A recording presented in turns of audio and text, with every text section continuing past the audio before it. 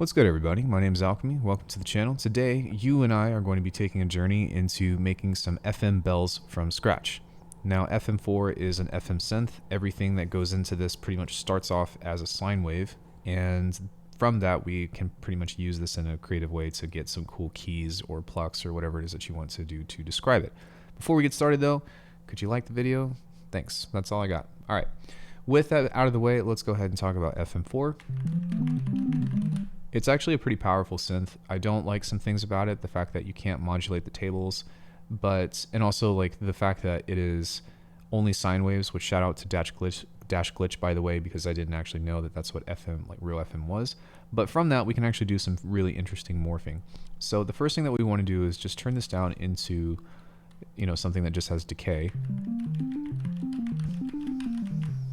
Sounds pretty cool. Now what we're going to do is we are going to use oscillator 2 to go into 1. So the way that this works is you've got red, yellow, cyan, and magenta, or something of the sort. That's actually like royal purple, but whatever. But from this, you can send operator 1 into operator 1, or operator 2 into operator 1, operator 3 into 1, and so forth. And that's pretty much how the matrix goes. When you're doing this, just do stuff like this. It's very easy for you to figure out how to manipulate things and see how it sounds. And I would totally recommend starting off that way, just because it's a great way to figure out what the heck is actually happening to your sound. Once you've kind of done that explorative kind of measure about getting comfortable with the synth, then you can actually start to dial in the amounts and the types of things that you want to do. So for example, I am going to just listen to this.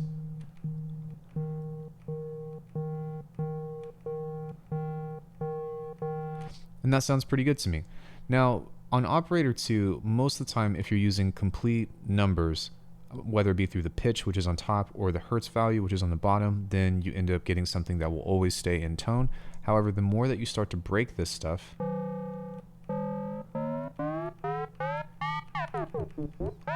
then the more atonal that it starts to become. However, an incredibly useful tool that you can use is the envelope here, in which to actually just use this to be able to force this to have something that's metallic at first, and then it will back off and go back to the original tone.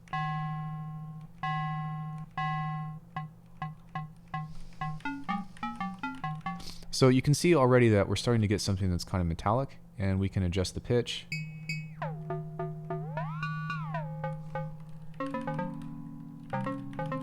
And just from one FM source, we're already actually starting to get something that kind of is reminiscent of something like a bell. So let's keep going, and I'm just going to continue to adjust operator 1 until we find something that we like.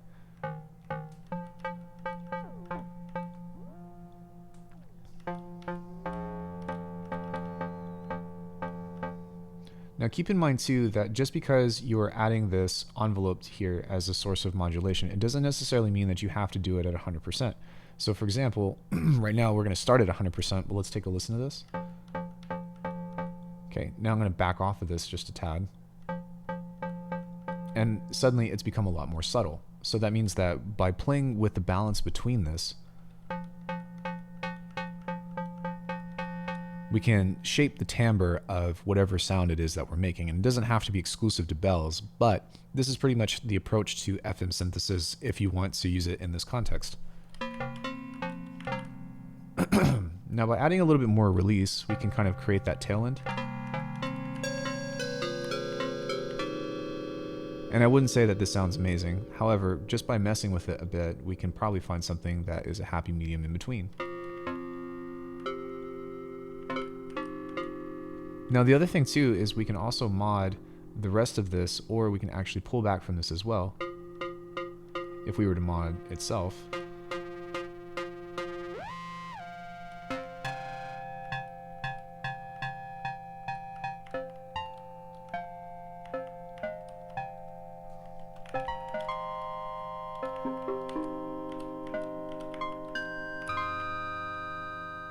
And let's adjust the release just a bit as well.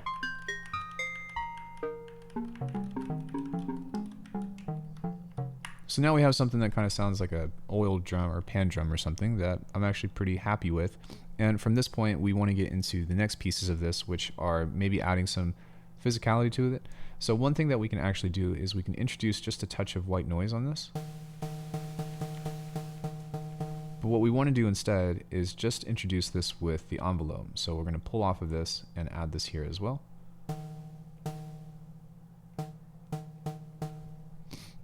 And then we can add some drive if we want, we can add some resonance with if we want, or we can kind of shape the white noise via the oscillator here.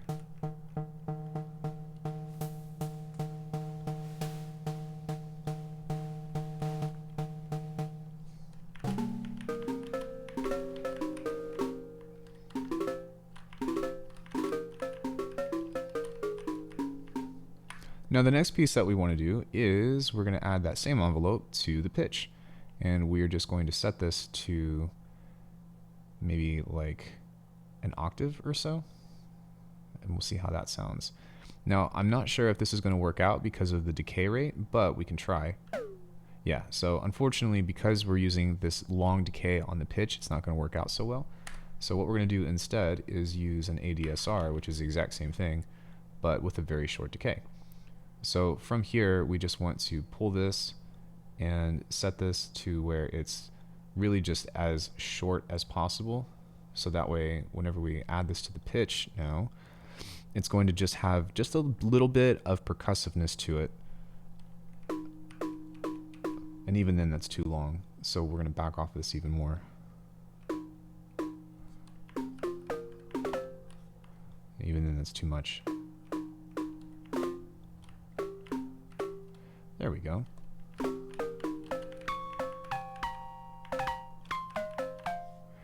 Now, if you really want to, then some other things that you can consider is doing the same thing with a filter, in case if this is just too noisy for you. But we want to throw this into the tank effects here, or sorry, the effects, nested effects in general. So that way, whenever we use this, we can apply the same effect or the same modulator that's hosted within the plugin itself to multiple things. So that was very fast. Maybe what we should do is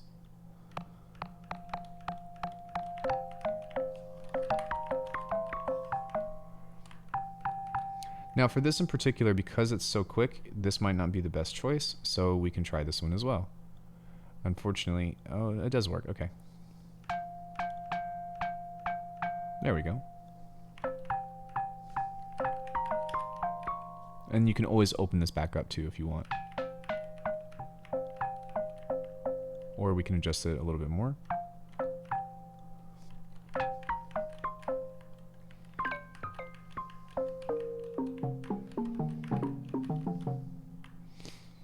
Cool. So from here, we kind of just want to color it up a little bit, and there's a lot of different ways that we can do that. So one thing is if you want to add more physicality to it, you can add a comb filter. I would just back off of the feedback here and just find, you know, something that sounds good. So I'm just going to kind of play around the mid region and then mess with the decay, or sorry, the feedback in a negative way. And then back off of the mix. Sounds pretty good.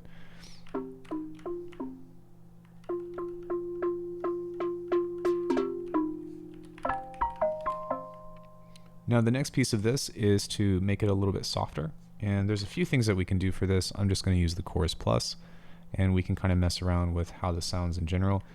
I'm not too worried about like the EQ or mixing aspect of this. This is purely from a sound design perspective, so don't worry about like cutting the low end or doing this or doing that. Because this is being played at a region that's relatively high in the frequency spectrum, the EQ stuff that you'll end up doing is taming the peaks.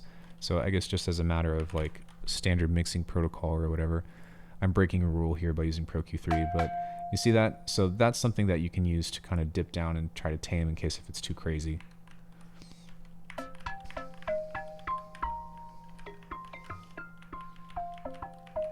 But again, just kind of take that with a grain of salt. You can also compress it. You can also do some kind of clipping to it. But, you know, there's a lot of different ways to fix that. We're not really concerned with that right now. That's actually pretty cool. Maybe we can adjust the feedback.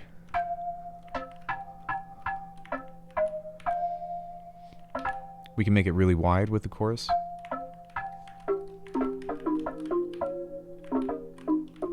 Or we can change the type as well.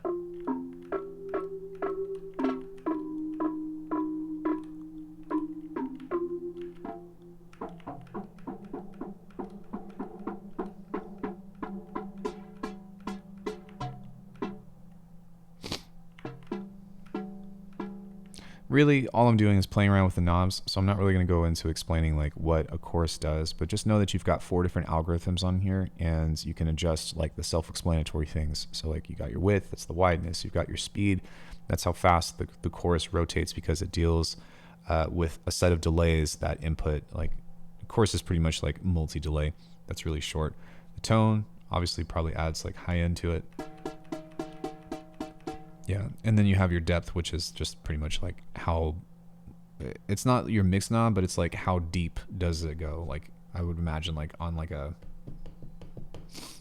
not a DC offset, but this thing, whatever that is. I'm sorry, lost for words. Waveform, right? The distance between the zero crossing, whatever that's supposed to be. I'm sure somebody's going to correct me in the comments. So the last piece of this, however, is we can do a couple of different things. I'm actually going to shoot for a reverb first, because I'm going to show you something that's really cool that's kind of like an underutilized feature. And what this pretty much means is that we can actually like combine reverbs together and make some really cool stuff by using a combination of this reverb and the convolution reverb by inserting that into the wet effects. So what I mean by that is, if I were to just turn this on, I don't know what this is going to sound like, but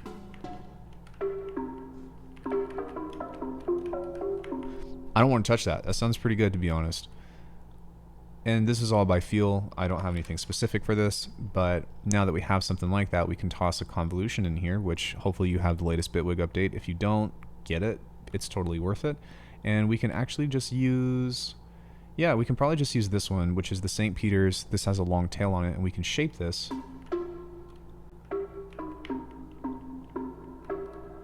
And maybe set this to 100%. Now, how pretty is that? We can adjust this a bit too if we want.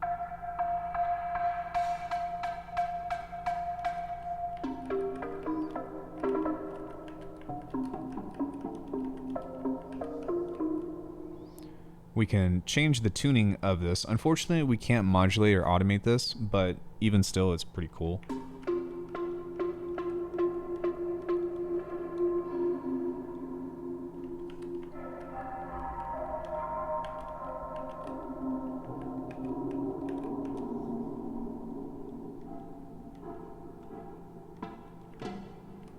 Sounds pretty sick. So there's a lot of different variations and stuff that you can get into when you're trying to create stuff that's like in the world of ambient and beautiful and lush or whatever.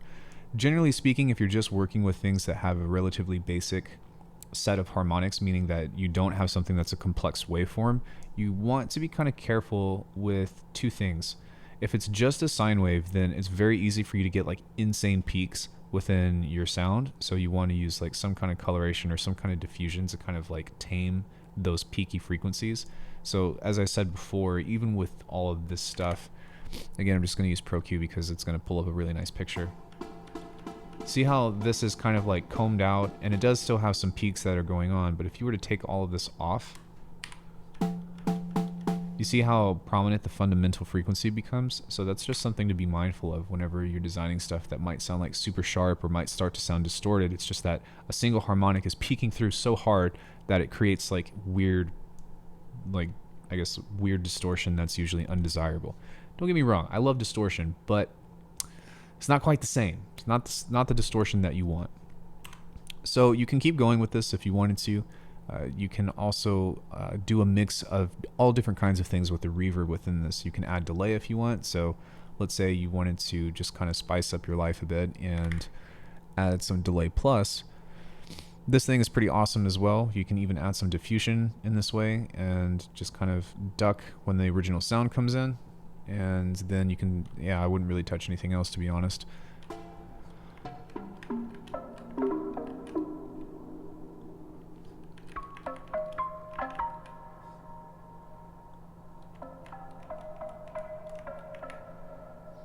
The other thing that you can do is you can play with these diffusion modes. I think that they're diffusion anyways. That's what I would probably call them. And we can do like, I don't know, reverse, and let's see what that does.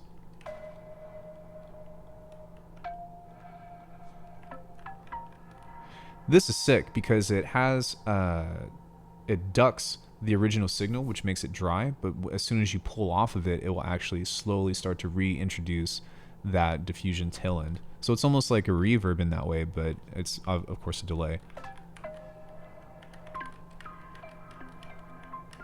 That sounds really cool. Now obviously it's become more quiet and stuff, so you have to be mindful of that, but there's a bunch of different options that you can use in which to like color your reverb with. So from that, the premise of this entire sound is really just starting with some basic stuff here and applying the envelopes to the FM sources, so that way you have a nice fundamental that has a very distinct tone, and then you can pretty much go crazy with like detuning and stuff like that. But by using the envelope here, it's going to kind of start in obscurity with weird tonalities, or atonal, however you want to describe it, and then it's going to pull off of it, so that way you still have that like weird, almost metallic bell timbre. And from there, these are just a few possibilities that you can use in which to explore of making these bells your own. But you know what I mean? Like, it's going to be kind of up to you to make this your own. You shouldn't be looking at like, how do I copy this patch exactly, even if you really like this sound, or don't. That being said, you know, I challenge you to take all this stuff a step further and really try to like just do different things that are going to be a combination of both, I guess, all the tools that this has to offer, because the arpeggiator on here is incredible. It's wonderful for creating like different ideas, especially in the music, like in the arpeggiated world, or like weird melodies. So one thing that I've described several times but is easily overlooked is the humanized tab right here. So for me, I love making halftime. You guys know that. That's like my stuff, my bread and butter. But if I were to turn this up, then instead of this playing a straight 16, I'm going to back off the reverb here a bit.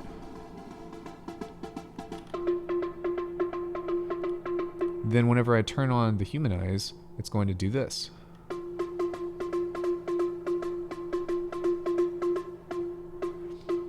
So now if I were to play a chord, which I'm triggering at random, let's turn the velocity all the way up.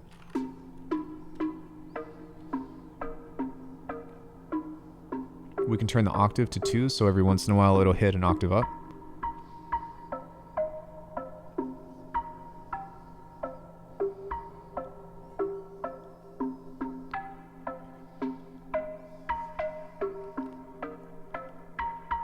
Then you can just change the chord.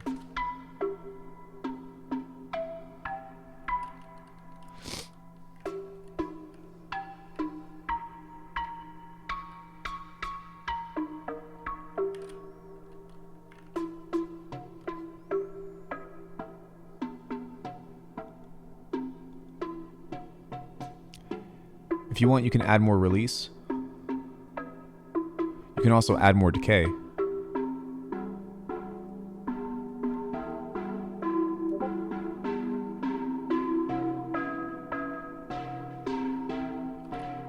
And you can see that there is a ton of different sonic possibilities that you can use just by, you know,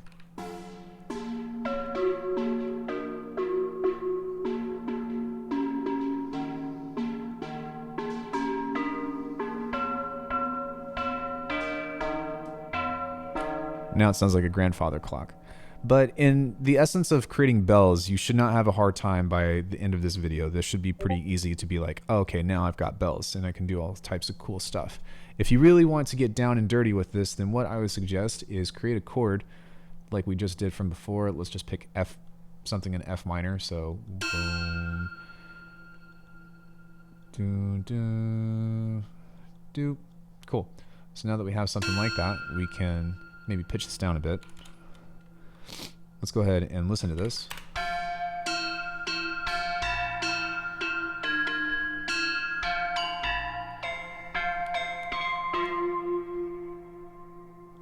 We're going to make it a little bit tighter.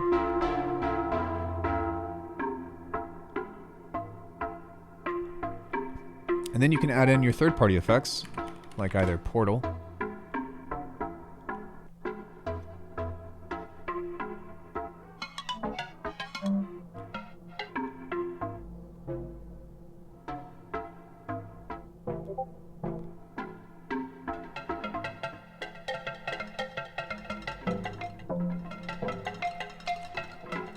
You can do something like that, or you can do something like with one of my snap heap racks.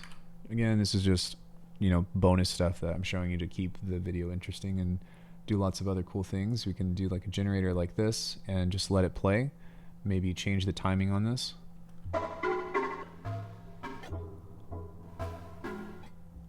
These are available on my website. Of course, right when I say that, it stops making noise, but just give it a sec.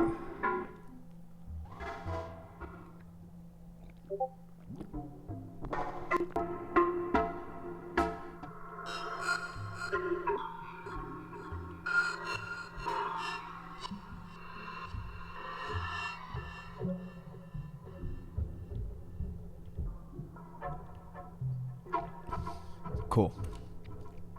Or you can build your own.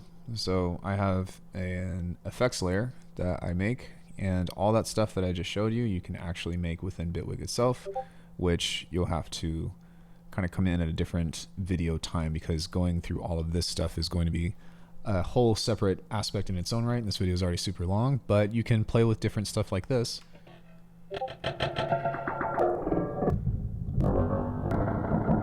I'm going to add a limiter.